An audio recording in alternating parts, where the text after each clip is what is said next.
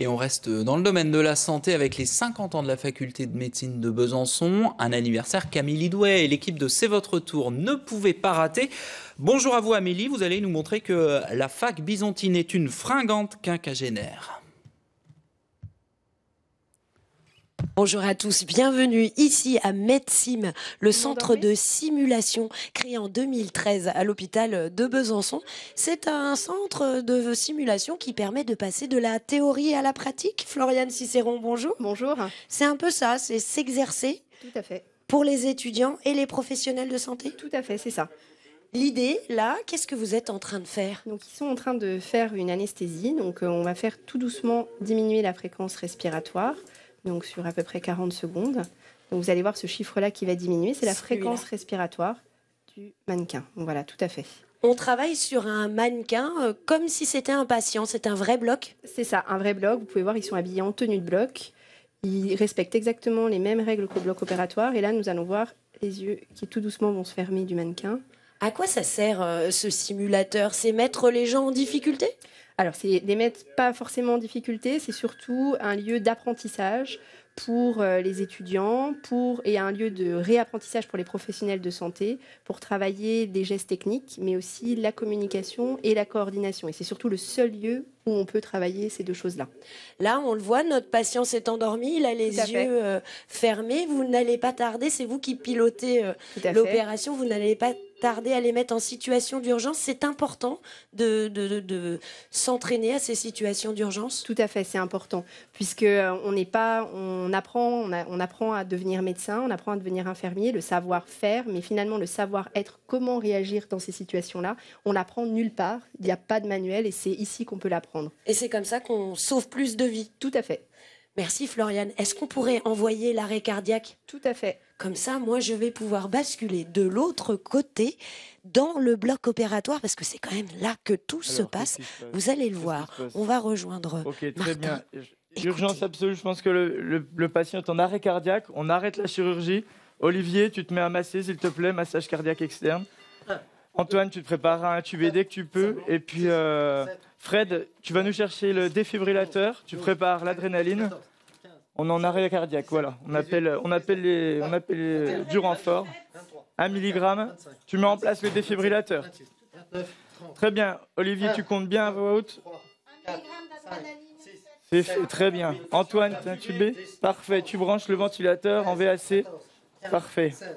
Martin, je me permets de vous interrompre. Oui. Qu'est-ce qui se passe là? Alors en fait, c'est une situation d'urgence absolue. Le patient est en arrêt cardiaque, donc urgence vitale absolue. Et le but, c'est de déterminer très rapidement, c'est souvent l'anesthésiste dans ces cas-là, un leader de la situation. Donc c'est pas un terme prétentieux, c'est simplement de donner les ordres à chacun, des ordres simples. Là, ils vont Là, on pose préparer. le défibrillateur. Voilà, Olivier, on analyse le rythme. Vous êtes étudiant, c'est important. On le voit là, il va le choquer. On envoie le choc, voilà, très bien. Vous êtes étudiant, est-ce que c'est On important? reprend le massage cardiaque externe. Pour moi, c'est très important, ça nous met vraiment dans une situation. On fait une deuxième injection d'1 milligramme d'adrénaline, s'il vous plaît. Là, vous essayez de gérer Antoine, l'équipe. tu pourras vérifier si la ventilation est bonne, je pense que c'est tout. Mon pauvre, je vous embête vraiment. C'est Vous pas grave, devez voilà. gérer l'équipe ici, Voilà, c'est le ça but, qui est c'est d'être important. vraiment le terme employé, c'est leader, c'est de donner des ordres bien précis à chaque personne, des informations non redondantes sur les mesures, les traitements à faire initial lors de ces situations-là. Alors, il y a les situations, mais après, il y a le débriefing. C'est surtout ça qui est Et important voilà, pour c'est vous. ça qui est très important, c'est que ça nous met dans des situations proches de la réalité. Ensuite, on débriefe, on se fait filmer d'ailleurs, on voit ce qui s'est passé, on peut discuter sur ce qui a été bien fait, ce qui a été mal fait. Et puis évidemment, on retient très bien la situation. C'est presque comme si on l'avait vécu, quoi. En vrai. Voilà. Merci Martin. Je vous rends à votre patient et moi, je vous propose de quitter le bloc pour aller me former en médecine. Ce serait la meilleure des choses si je Ok, voulais je vais pratiquer. prévenir l'équipe Je vais de rejoindre réanimation quelqu'un qu'on qui a s'occupe avec de le cela. 17, 18. Et c'est Cassandre Legrand qui s'occupe du tutorat. Bonjour Cassandre. Vous êtes vous-même étudiante en médecine. Oui, Et en vous troisième avez année. en troisième année et vous avez une fonction d'accompagnement. On sait que ces études sont très difficiles. Expliquez-nous le rôle du tutorat. Alors, le tutorat, c'est des étudiants de deuxième, troisième année de médecine ou de pharmacie qui vont accompagner les premières années, tout au long de l'année, en fait, pour réussir le concours. Donc, c'est un entraînement aussi bien de QCM, puisque justement, le concours se fait sous forme de QCM, mais aussi un accompagnement psychologique. Vous intervenez au moment du fameux PACES. Ici, il y aura 1100 étudiants, il y a 1100 personnes en PACES. Vous allez aider combien d'étudiants ?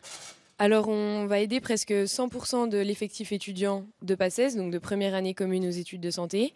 Donc, par exemple, à la première séance du tutorat, donc c'est des cols d'essai qu'on leur fait type concours, on a eu 1074 étudiants cette année. Donc, c'est presque 100% de l'effectif qui vient justement aux séances de tutorat. Et la particularité ici, c'est que c'est gratuit pour les étudiants. Donc, c'est pas parce qu'on est en médecine qu'il faut forcément payer des choses, des prépas. Voilà, exactement. Donc, nous, c'est totalement gratuit. On dépend directement de la faculté.